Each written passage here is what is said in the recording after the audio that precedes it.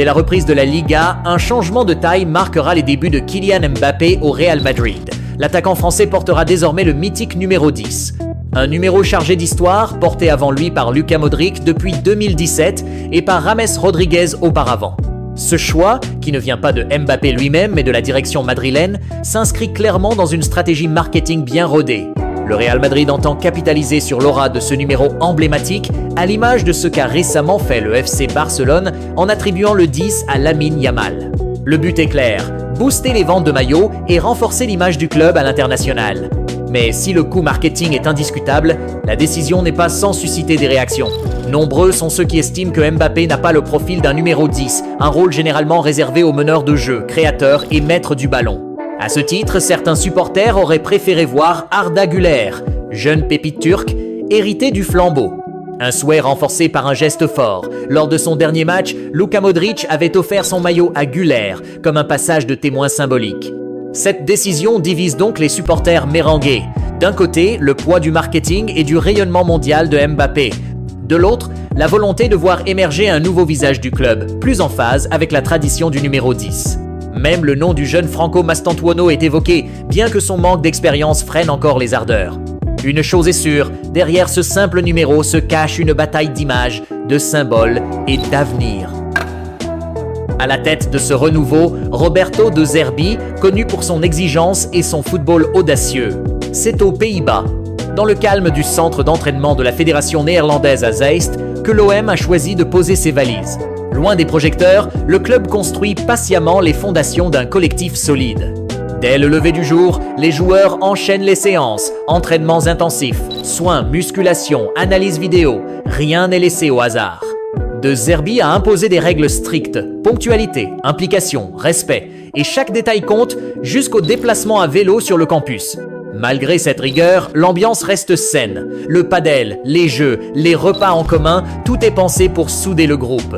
Côté terrain, les premières oppositions donnent un avant-goût du travail en cours. Une victoire large face à Massoui, puis un nul plus disputé contre Charleroi.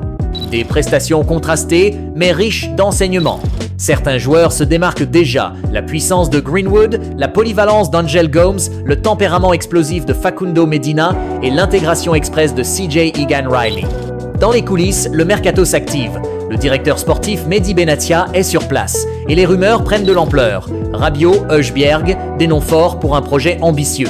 Mais au-delà des transferts, c'est une identité collective qui se construit. Un groupe, une vision, une dynamique. Ce stage aux Pays-Bas n'est pas un simple entraînement, c'est le point de départ d'un OM transformé, prêt à relever les défis de la saison à venir. Et une chose est sûre, De Zerbi imprime déjà sa marque. L'Olympique de Marseille poursuit activement son mercato, aussi bien pour l'équipe première que pour sa réserve. Tandis que les arrivées de Facundo Medina, Angel Gomes et CJ Egan-Riley ont renforcé l'effectif principal, le club phocéen mise également sur l'avenir avec l'acquisition du jeune Pladine Zinga Pambani. Âgé de seulement 18 ans, ce défenseur prometteur arrive en provenance de la réserve de Montpellier. Il s'est engagé avec l'OM jusqu'en 2028 et viendra étoffer les rangs de l'équipe Pro 2. Ce recrutement témoigne de la volonté marseillaise de bâtir une relève solide tout en maintenant un haut niveau de compétitivité sur le long terme. L'Olympique lyonnais s'active pour préparer la nouvelle saison dans un climat particulier. Après avoir frôlé la relégation en Ligue 2, le club a finalement été repêché le 9 juillet par la DNCG. Depuis, les Gauls ont repris l'entraînement et entamé leur mercato avec prudence et stratégie. Premier renfort enregistré, Afonso Moreira, jeune espoir de 20 ans arrivé du Sporting CP pour 2 millions d'euros. Un pari sur l'avenir qui pourrait rapidement être suivi par celui de Ruben Kluivert, fils de Patrick Kluivert.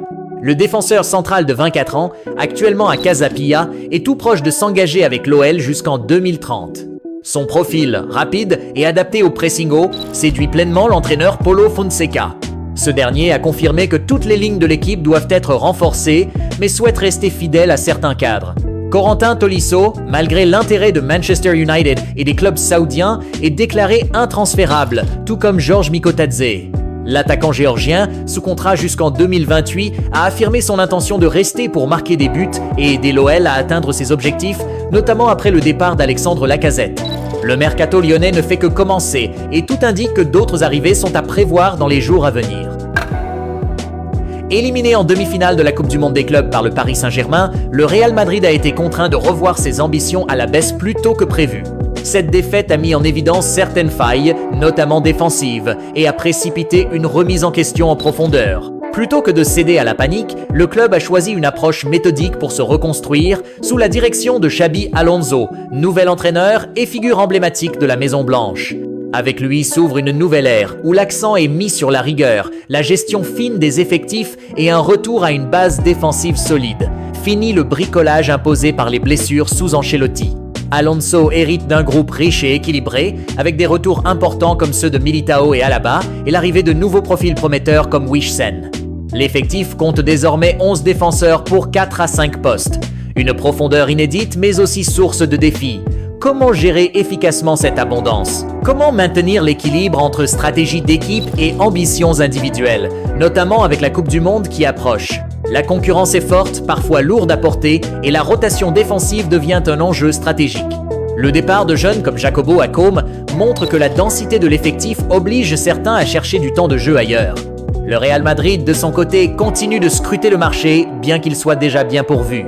Le nom d'Ibrahima Konaté, sous contrat avec Liverpool, circule avec insistance, preuve que le club ne ferme pas la porte à un renfort d'envergure en défense centrale. D'autres départs, comme celui possible de Fran Garcia, pourraient ouvrir la voie à une arrivée prochaine. Car au-delà de la quantité, ce que cherche désormais le Real, c'est une qualité immédiate, capable de faire la différence dès demain.